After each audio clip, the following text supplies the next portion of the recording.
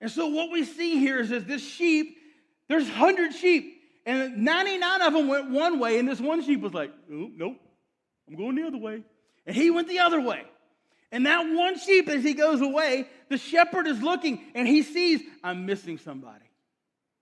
Now, there's something that I want us to recognize real quickly about that as he recognizes this sheep that's gone.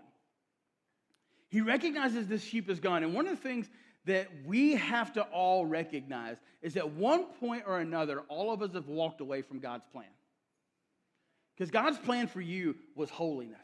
God's plan for you was righteous. God's plan for you was not to make you happy, okay, but to make you holy. And it's God's plan for you with that. God's desire is that you would stay with the shepherd. That you would stay with the shepherd. But you and I do dumb things, and we walk away from the shepherd. And as we walk away from the shepherd, there's something that's really cool about this. You know what that shepherd could have said? The shepherd could have said, I got 99. That's okay. 99's good. If I had 99 sheep, I'd be pleased. I'd never have to mow my grass. And 99 sheep, I'm good to go. But that's not how the shepherd responds. The shepherd instead responds this way. He pursues. He pursues the one lost sheep. Now, this is a sacrificial decision because it says that he leaves the 99 in the open country.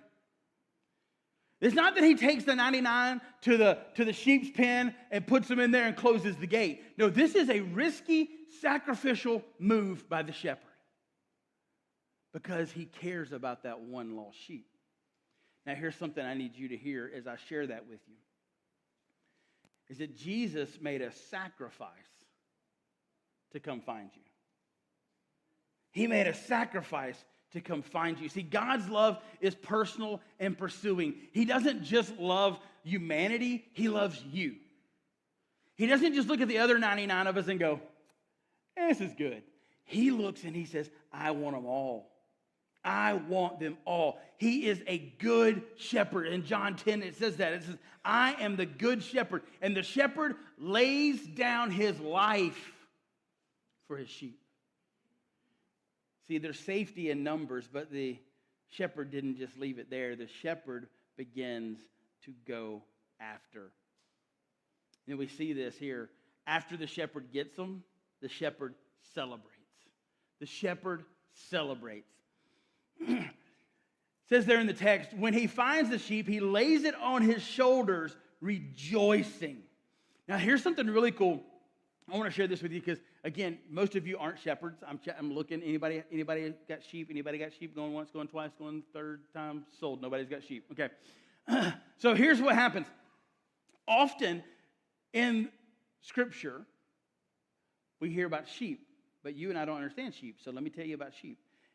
If there was a runt sheep in the litter, do you know that sheep was often ostracized by the rest of the group? That one little sheep, maybe that sheep was a little bit smaller or maybe had a deformity, the other sheep would recognize it and they would literally kind of ignore it.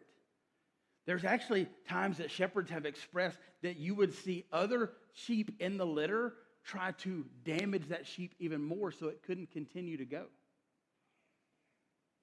But what the shepherd would do, the shepherd would often take that runt sheep and he would throw him over his shoulders. And he would carry him around as they would go from pasture to pasture. And then eventually, when they would get back to the sheep pen, the other sheep would go in the pen. But do you know where that sheep would go? That sheep would go into the house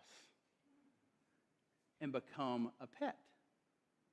Now, I know some of you are probably thinking, become supper. No, he became a pet. And they would begin to take care of that sheep and treat that sheep like it was part of the family.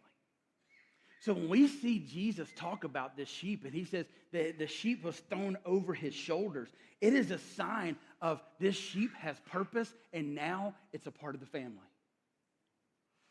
But I want you to see what he doesn't do to the sheep.